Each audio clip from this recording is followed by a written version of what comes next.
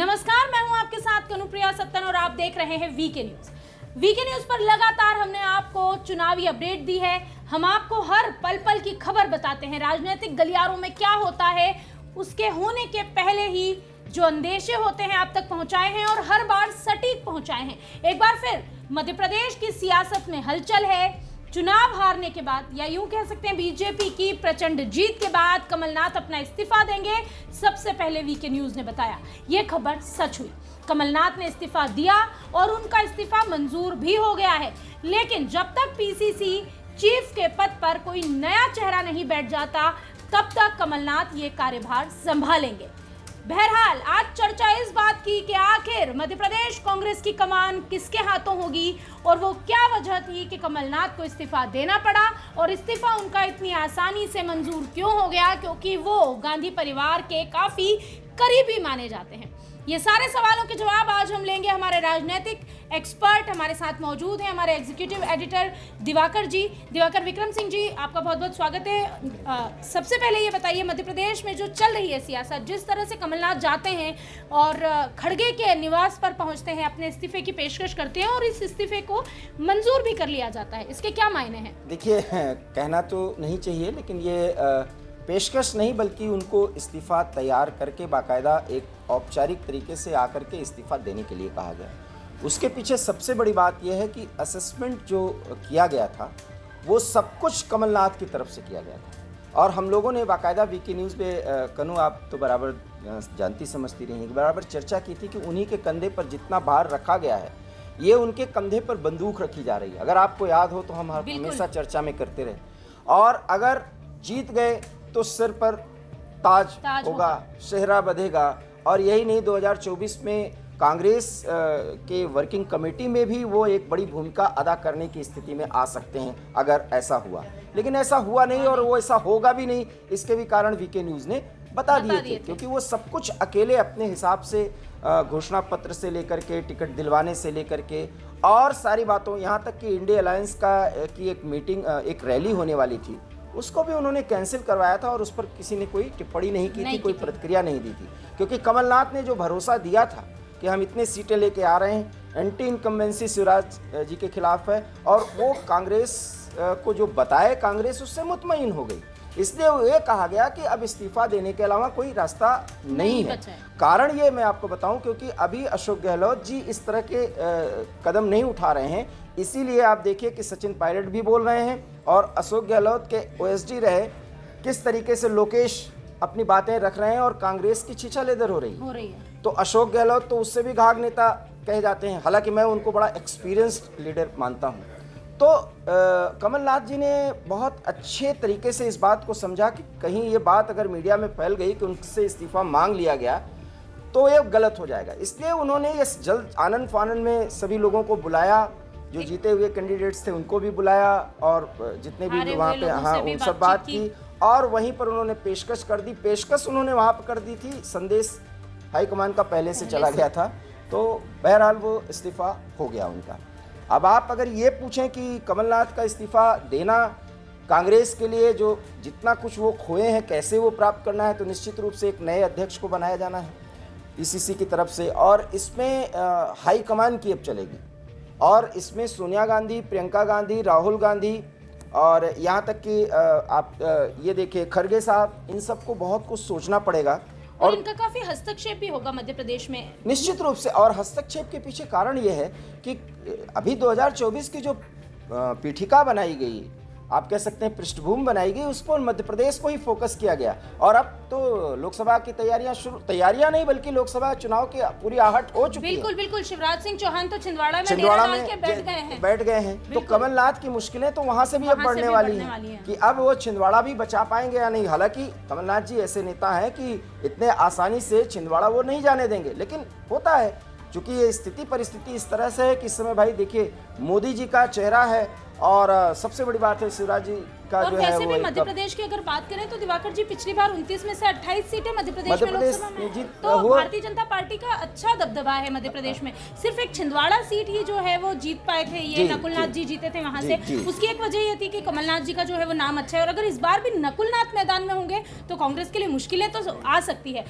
लेकिन अगर हम ये बात करते हैं कि अब कमलनाथ नहीं तो दिग्विजय सिंह क्यों नहीं? नहीं, देखिए दिग्विजय सिंह को तो नहीं दिया जाएगा, क्योंकि दिग्विजय सिंह ने फिर एक बयान दिया। कांग्रेस उस पर कुछ बोल तो नहीं रही है, लेकिन दिग्विजय सिंह ने न्यूसेंस क्रिएट कर दिया। ईवीएम पे जो सवाल उठाया, ईवीएम पर आप सवाल उठाते रहेंगे, हंसी का पात्र बनते रहेंगे। भाई वही ईवीएम ने तो आपको तेलंगाना में सत्ता दे दी, और उसके बाद तो ये दिग्विजय सिंह को तो कतई नहीं बनाया जाएगा, ये आप जान लीजिए। और बहुत वरिष्ठ नेता हैं, बहुत नज़दीकी रही है उनकी गांधी नेहरू परिवार से, लेकिन दिग्विजय सिंह तो कतई नहीं बनाए जाएंगे। उसके अलावा और उसके पीछे कई फैक्टर, एक फैक्टर ये भी है, जातीय फैक्टर है। किसी राजपूत नेता को इस समय कांग्रेस की कमान वहां नहीं दी जाएगी, और वो राजशाही भी शायद जो है कांग्रेस उससे भी बाहर आने की कोशिश में जुटी हुई है। उसके पीछे सबसे अहम कारण यह है कि वहां पर वो जातीय गणित साधना है कांग्रेस को, ये दिखाना है कि कांग्रेस जो है, अब इसी बात से आप अंदाजा लगा लीजिए हम लोग जिस मुद्दे पर चर्चा करने जा रहे हैं, कि कांग्रेस को जातीय गणित को बिल्कुल सेट करके एक ऐसे व्यक्ति को बैठाना है जो ये दिखाए कि वो हाँ, हम बैकवर्ड्स की जो लड़ाई पूरे देश में लड़ना चाह रहे हैं वो नेता। जब दिवाकर जी ने बैकवर्ड्स का जिक्र कर ही दिया है तो हम आपको बता दें कि 3 नाम है मध्य प्रदेश में जो पीसीसी चीफ के लिए इस समय सुर्खियां बटोर रहे हैं, सबसे टॉप पर चल रहे हैं। पहला नाम है उमंग सिंगार का, जो ज़्यादा अनुभवी नेता नहीं है, जिनके नाम पर किस तरह के ये कह सकते हैं कि पीछे कई उनसे कंट्रोवर्सीज जुड़ी हुई है, उसके बारे में भी हम चर्चा करेंगे। दूसरा नाम है जीतू पटवारी का, जो इस विधानसभा चुनाव को तो हार गए हैं, हालांकि उनकी जो साख है वो कांग्रेस में काफ़ी अच्छी है। और तीसरा नाम है अरुण यादव, जो कि अनुभवी हैं। लेकिन दिवाकर जी, इनमें से जो 2 हैं वो दोनों युवा हैं। अगर हम बात करें उमंग सिंगार और जीतू पटवारी की, तो और उमंग सिंगार को क्यों चुनना चाहेगी कांग्रेस? देखिए, मैं तो ये मानता हूं कि उमंग सिंगार को नहीं बनाया जाएगा, मेरा अपना मानना है। वैसे भाई देखिए, कारण है जो हर चीज के, हम वीके न्यूज हर चीज का कारण बताते हैं। उमंग सिंगार युवा है, आदिवासी चेहरा है, एसटी चेहरा है, लेकिन एक ऐसे युवा को जिसका अभी ये अनुभव नहीं है, क्योंकि ये चुनाव बिल्कुल नजदीक। यही कारण है कि भारतीय जनता पार्टी के भी साथ है कि वो प्रयोग कर सकते हैं। संगठन इतना मजबूत है, इतना बड़ा चेहरा प्रधानमंत्री का है, लेकिन आप देखिए तीनों स्टेट में वो उनको मुख्यमंत्री बनाने के लिए कई बार सोचना पड़ रहा है। और जितने नाम मीडिया सोच पा रही है, उन नामों से आगे का भी कुछ सोच सकते हैं। तो ये मोदी सोच सकते हैं प्रधानमंत्री के रूप में, और उनका संगठन सोच सकता है जेपी नड्डा के रूप में, और संसदीय दल की बैठक में भी जो बातें होती हैं वो संसदीय दल के नेता सोच सकते हैं। क्योंकि भाई देखिए, भारतीय जनता पार्टी एक संगठन के रूप में, एक चेहरे के रूप में बहुत ज़्यादा प्रभावी है, वो ये सब सोच सकते हैं। लेकिन ये प्रयोग धर्मिता की जो स्थिति है वो कांग्रेस के अपने वर्क कल्चर में नहीं आ रही है। इंदिरा गांधी का एक समय था, यहाँ तक कि राजीव गांधी ने भी इस तरह का प्रयोग किया है, तो लेकिन मुझे नहीं लगता कि ये प्रयोग होगा। लेकिन बात तो ये बनती है, चूंकि एक एसटी चेहरा है और मध्य प्रदेश में एसटी, लेकिन एक कंट्रोवर्सी भी जुड़ी हुई है उमंग सिंगार के साथ। उनकी खुद पत्नी ने उन पर आरोप लगाए थे, हालांकि वो आरोप बाद में, वो जो मामला है वो रफा दफा हो गया है और वो आरोप भी निर्विवाद निकल आए उमंग सिंगार उस मामले से।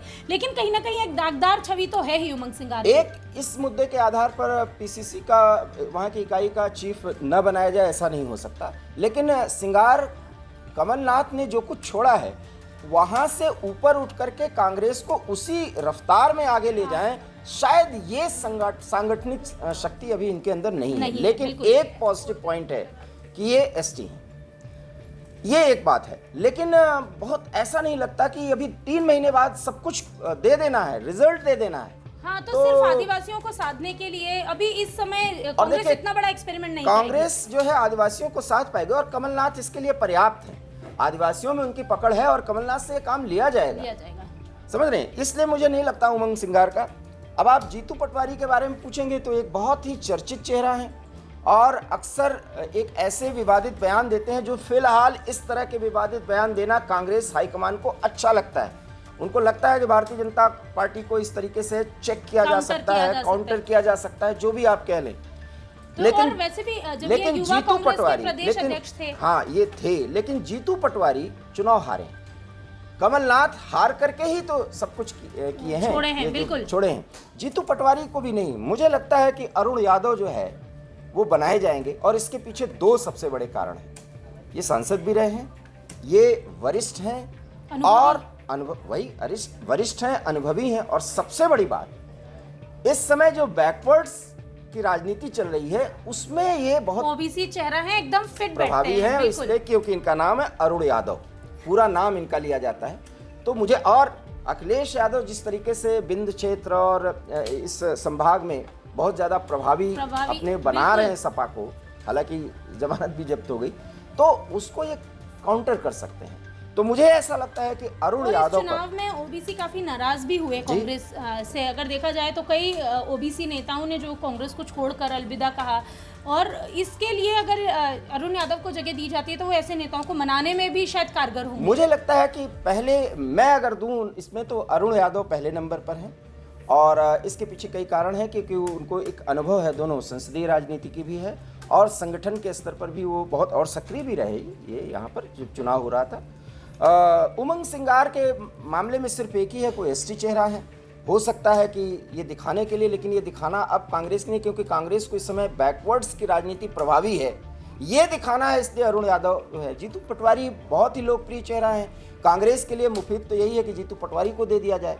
लेकिन इसमें देखिए उन्होंने त्यागपत्र तो दे दिया है, लेकिन अभी उनकी जो पकड़ है वो कमजोर नहीं हुई, और कांग्रेस यूं ही कमलनाथ को अभी साइडलाइन नहीं कर सकती। सब कुछ कर देते, लेकिन इतना सब कुछ टेस्ट तो अब 3 महीने बाद हो जाना है, और उसकी शुरुआत अभी से हो गई है।